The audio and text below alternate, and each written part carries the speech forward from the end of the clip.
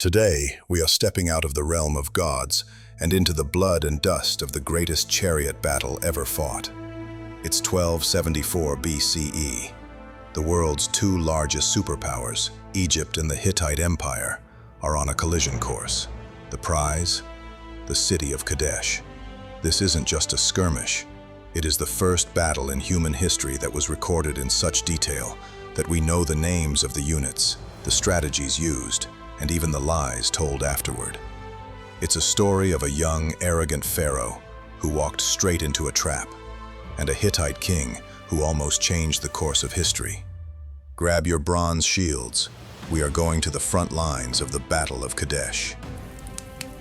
Welcome back to Legends and Lore. Ramses II was young, handsome, and obsessed with his own legend. He led his army north in 4 divisions, named after the gods: Amun, Ra, Ptah, and Set. But Ramses was moving too fast. He left his divisions miles apart, creating a massive gap in his line. As he approached Kadesh, his scouts captured 2 Shasu nomads, Bedouins who claimed they had defected from the Hittites. They told Ramses exactly what he wanted to hear. The Hittite king is 120 miles away. He's terrified of you. Ramses believed them. He rushed his Amun division forward and set up camp right outside the city walls. But it was a lie. The Bedouins were double agents.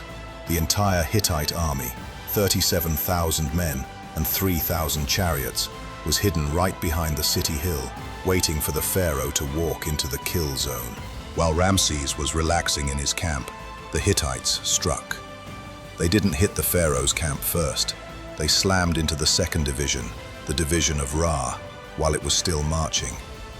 The Egyptian soldiers were caught completely off guard.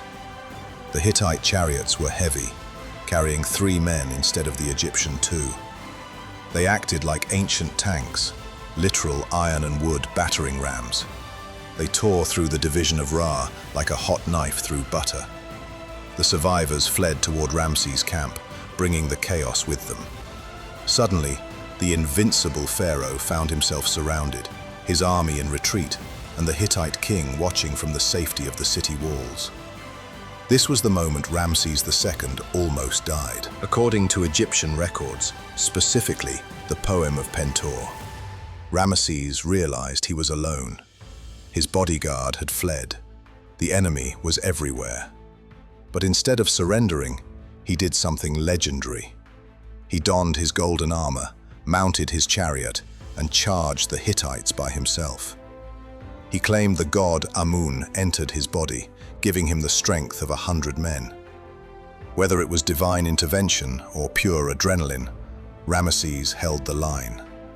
He drove his chariot back and forth, cutting through the Hittite ranks. But the real turning point wasn't magic. It was the Nearin. This was a secret elite force of Egyptian allies who arrived at the absolute last second, slamming into the Hittite flank just as the enemy was beginning to loot the Egyptian camp. The tide was turning. After hours of bloody fighting, the battle ended in a stalemate. Neither side could take the city. The next day, King Muwatalli offered a truce, and Ramses, his army battered, accepted. But the story doesn't end on the battlefield. When Ramses got back to Egypt, he did something genius. He lied. He carved the victory on every temple wall in Egypt, making it look like he defeated the Hittites single-handedly.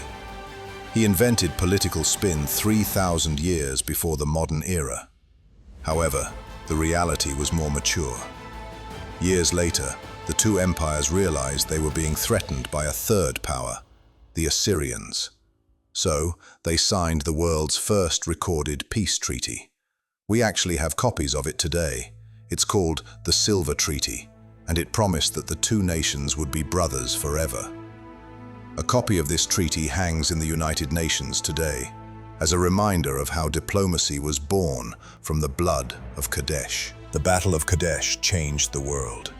It showed that even a god king like Ramses could be fooled, and it proved that diplomacy is often more powerful than the sword. It was the peak of the Bronze Age, a moment when the world was more connected than we ever imagined. If you were the king of the Hittites, would you have attacked the pharaoh's camp sooner? Or was the ambush perfect as it was? Let me know in the comments. We're moving into some shorter deep dives next on chariot tactics and Egyptian tech. This is Legends and Lore Mythology.